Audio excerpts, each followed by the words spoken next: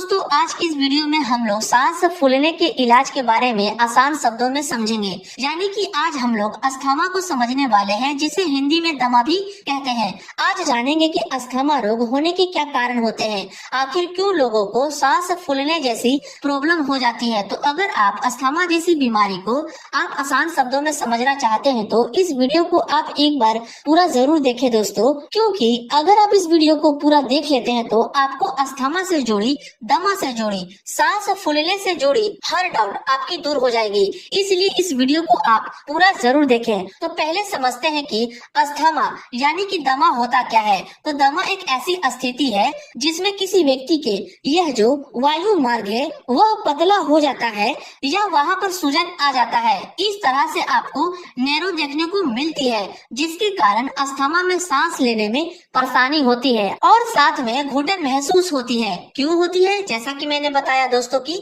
जो respiratory tract होता है वह इस तरह से नैरो हो जाती है, जिसके कारण ठीक से सांस न ले पाने की वजह से हमें बार बार जोर जोर से सांसें लेने की जरूरत पड़ती है। और इसमें दोस्तों बार बार तेज खांसी होती है ताकि लंग्स में जमा कफ निकल जाए। आप इस इमेज को भी देखकर समझ सकते हैं कि जब हमारा ब्रोंकियल ट्यूब इन्फेक्टेड हो जाता है तब वो कैसा दिखता है। यह नॉर्मल में ऐसा होता है और अस्थमा होने पर कुछ इस तरह से नैरो हो जाती है, जिसके कारण अस्थमा वाले पेशेंट को सांस लेने में दिक्कत होती है और सांस फूलने लगती है। उम्मीद है दोस्तों आप समझ गए होंगे कि अस्थमा में आखिर होता क्या है। अब जानते हैं दोस्तों कि दमा आखिर किन कारणों की वजह से होता है। तो वो कारण है एलर्जी, इन्वायरमेंट पोल्यूशन, यानी कि दोस्तों हमारे आसपास धूल मिट्टी के कारण जो प्रदूषण होते हैं इनके कारण भी सांस लेने में दिक्कत हो सकती है। दमा जैसी प्रॉब्लम आपको देखने को मिल सकती है।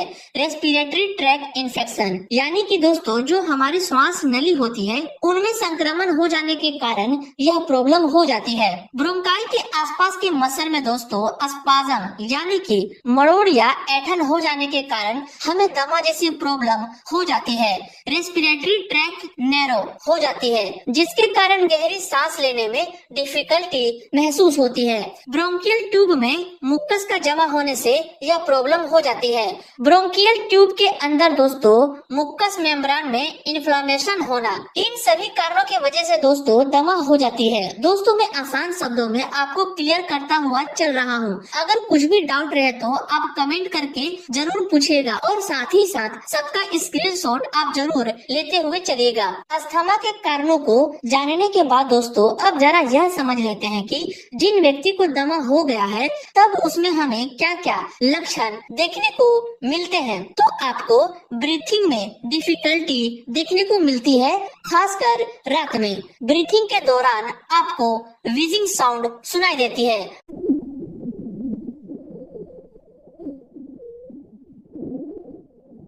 जैसा कि आप इस साउंड को सुन रहे हैं। ब्रीथलेसनेस यानी कि सांस फूलना। नाइट के समय शॉर्टनेस ऑफ ब्रीथिंग होना।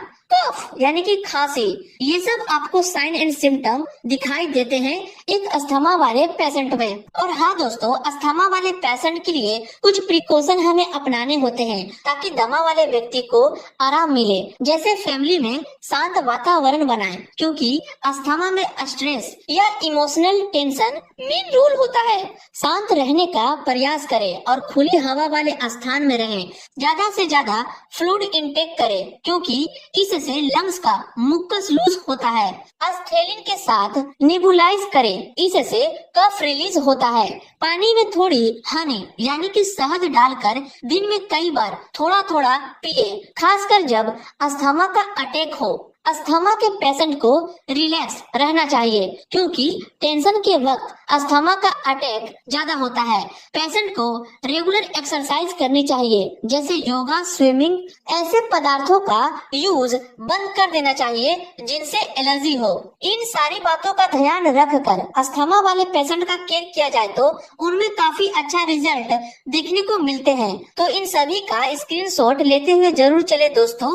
इसके बाद आप जानते हैं उन दवाओं के बारे में जो अस्थमा के उपयोग में ली जाती है। तो अस्थमा के ट्रीटमेंट में दोस्तों एस्थेलिन इनहेलर आती है, जो कि आपको इस तरह की मिलती है। इसमें पाए जाने वाला जो कॉम्पोजिशन है वो है सल्बूटामोल, और इस सल्बूटामोल का काम यह होता है कि यह आपके फेफड़ों में वायु मार्ग की मांसपेशियों को आराम देने का काम करता है। यह आपके वायु मार्ग को चौड़ा कर देती है ताकि आपको सांस लेने में आसानी हो। इस नैरो हुई वायु मार्ग को वापस इस तरह से नॉर्मल करने में हेल्प करता है, और यह खासकर एक्यूट अस्थमा में यूज किया जाता है। इसको दोस्तों 1 से 4 पुफ दिन में 4 बार इस्तेमाल करना होता है। यह ब्रिंकिनाइल टर्बोहेलर होती है, जिसकी साल की बात करें तो इसमें आपको टर्बोटालाइन मिलता है, और इस टर्बोटालाइन का काम यह होता है कि यह हमारे फेफड़ों तक पहुंचने वाले वायु मार्ग को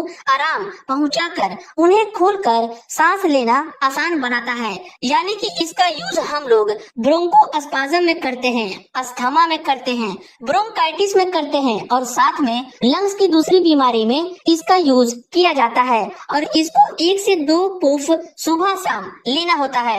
और हाँ दोस्तों, एस्थेलिन के नाम से टैबलेट भी आती है 4 mg की, जिसका कॉम्पोजिशन सल्बूटामोल होता है।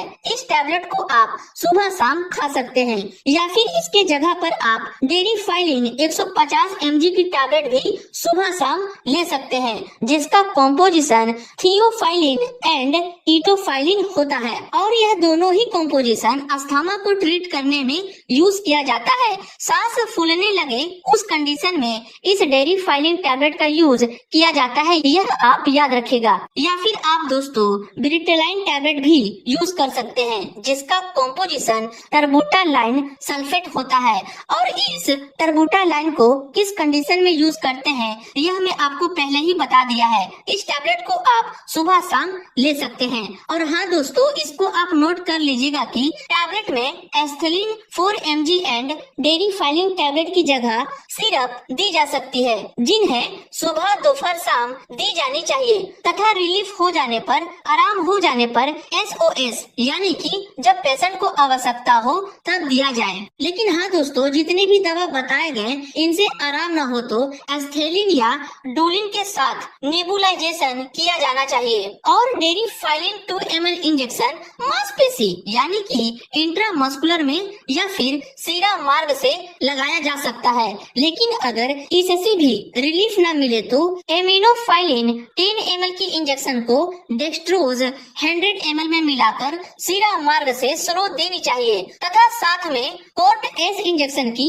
2 खुराक तुरंत सीरा मार्ग से स्ट्रेट दी जानी चाहिए, तथा फिर सुबह शाम दी जानी चाहिए। टैबलेट हाइसोन 10 सुबह शाम ओरल दी जानी चाहिए। अगर दोस्तों इन सभी से भी रिलीफ नहीं मिलता तो प्रिवेंटिंग ट्रीटमेंट शुरू करना चाहिए। मोन्टेक्स टैबलेट, जिसका कॉम्पोजिशन मोन्टेलुकास्ट होता है, रोजाना 1 गोली 10 दिनों तक दिया जाना चाहिए, तथा डाकोट 6 टैबलेट रोजाना 1 गोली 10 दिनों तक दी जानी चाहिए, तथा साथ में स्टेरॉइड इनहेलर का यूज किया जा सकता है, जैसे बेक्लेट इनहेलर 100 mcg, जिसका कॉम्पोजिशन बेक्लोमिथासोन होता है। यह इनहेलर बुडेट, जिसका कॉम्पोजिशन बुडेसोनाइड होता है, इसका 1 से 2 पुफ सुबह दोपहर शाम इस्तेमाल किया जा सकता है। और हाँ दोस्तों, आपको यह बात हमेशा ध्यान रखने की जरूरत है कि एस्प्रिन अस्थमा के पेशेंट को कभी भी नहीं देनी चाहिए, क्योंकि अक्सर एस्प्रिन से अस्थमेटिक पेशेंट को एलर्जी ज्यादा होती है। इसलिए इस बात का आप जरूर से जरूर ध्यान में रखिएगा। ये थी दोस्तों अस्थमा से जुड़ी वो बातें जो आपको मालूम होनी चाहिए। उम्मीद है यह वीडियो आपके लिए यूजफुल हो। मिलते हैं अब आपसे नेक्स्ट वीडियो में।